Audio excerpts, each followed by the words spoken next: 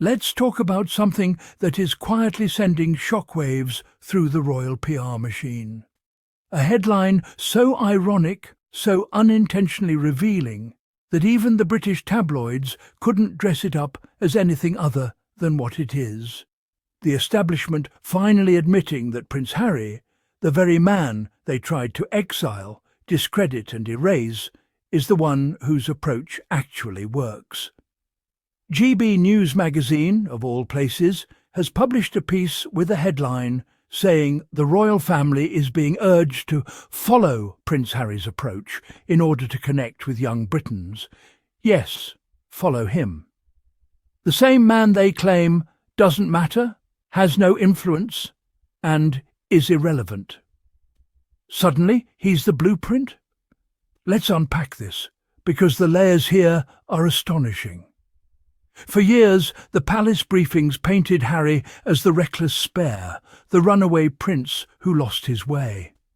Now, he's being held up as the model for modern royalty.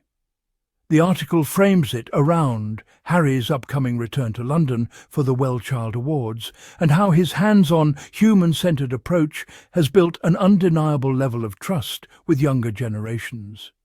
This is not a shock to anyone who has watched Harry over the last decade. His work isn't about performative smiles on palace balconies. It's about proximity, empathy, and connection qualities you can't fake with stage-managed walkabouts or glossy PR videos. What GB News conveniently glosses over is that Harry's approach worked before he left the institution. It's why he was the most popular royal for 16 years straight. And it's why, even after being smeared, pushed out and stripped of support, he still has a global following that the remaining royals simply cannot replicate. GB News subtly admits the royal family is grappling with a generational problem. Young people just aren't engaged with them. And it's not because the younger generation is uninformed or anti-tradition. It's because they see the difference between surface-level appearances and genuine service. When young Britons look at Harry, they see consistency. They see someone who shows up whether the cameras are there or not. They see someone who stands with wounded veterans, children battling illness, and mental health advocates without needing applause. When they look at the remaining working royals, well, let's just say they see something very different. Young people don't want stiff, robotic appearances that feel like obligation. They want authenticity. They want sincerity. They want transparency. And Harry has always embodied that. This is the part of the story that hangs over the palace like a storm cloud. They had the one royal who naturally connects with younger generations. They had the one royal who didn't need media coaching to look compassionate. They had the one royal who made the monarchy seem human. And they lost him because they couldn't accept a world where Harry had autonomy, and where his wife wasn't willing to be a silent accessory to the institution. Now, the same establishment that once briefed against him daily is being told to mimic him. Ironic isn't even the word, it's poetic. The image in the article shows Harry smiling beside WellChild staff, exactly the type of charity work that built his reputation long before the royal PR machine realised he was overshadowing everyone around him. WellChild has always been one of Harry's most heartfelt commitments, and it's one of the few engagements he has continued even after stepping back. The organisation consistently praises him for one reason. He doesn't show up for a photo. He shows up for the families. The article acknowledges that Harry will return to London for this year's awards, and you can almost feel the tension behind the scenes. Every time Harry comes back to the UK to continue the work the institution failed to sustain, it highlights the very gap the monarchy refuses to admit exists. Harry still has purpose. He still has community. He still has impact. And he didn't need a palace or a title to keep it alive. That's what terrifies them. GB News frames this recommendation, follow Harry's approach, as if it's a casual suggestion. But the truth is bigger. The royal family is losing its grip on younger generations, and the public can see it. William's heavily edited videos, Kate's stage-managed appearances, Charles's distant speeches, they don't land with Gen Z or millennials for one reason: they feel manufactured. Compare that with Harry. When he speaks about mental health, it's from experience. When he advocates for veterans, it's from service. When he comforts a child, it's from empathy. When he supports WellChild, it's from consistency. And young people respond to that. The monarchy, for all its PR machinery, simply can't copy authenticity. And that is the core of the problem. The British media often talks about modernising the monarchy, but what they avoid acknowledging is the cost.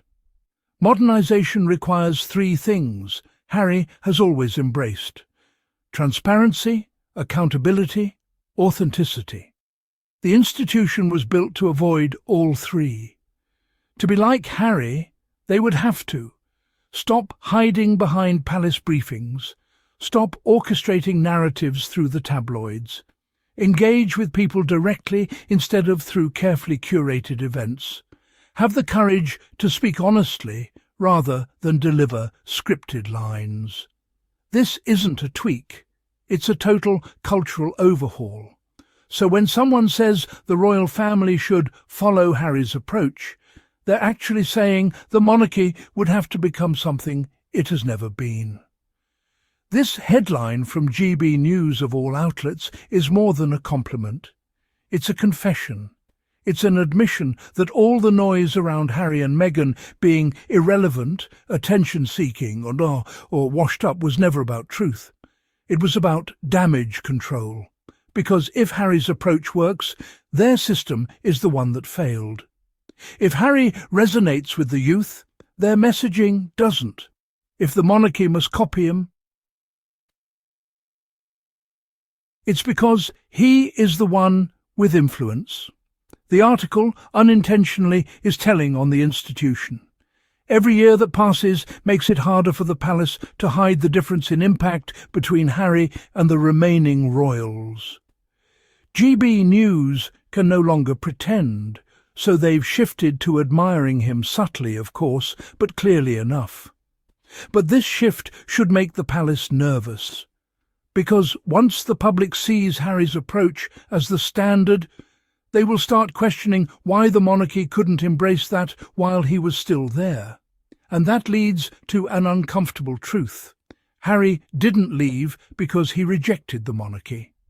Harry left because the monarchy rejected what the public valued most. And this is the most important part.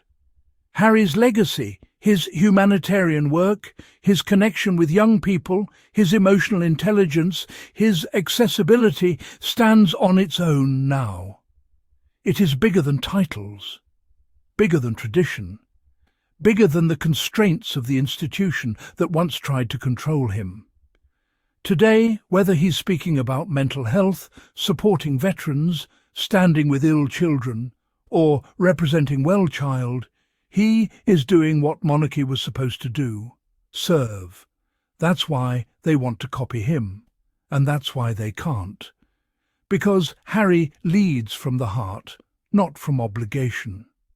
The British establishment spent years trying to diminish Harry. Now they're being told to follow him.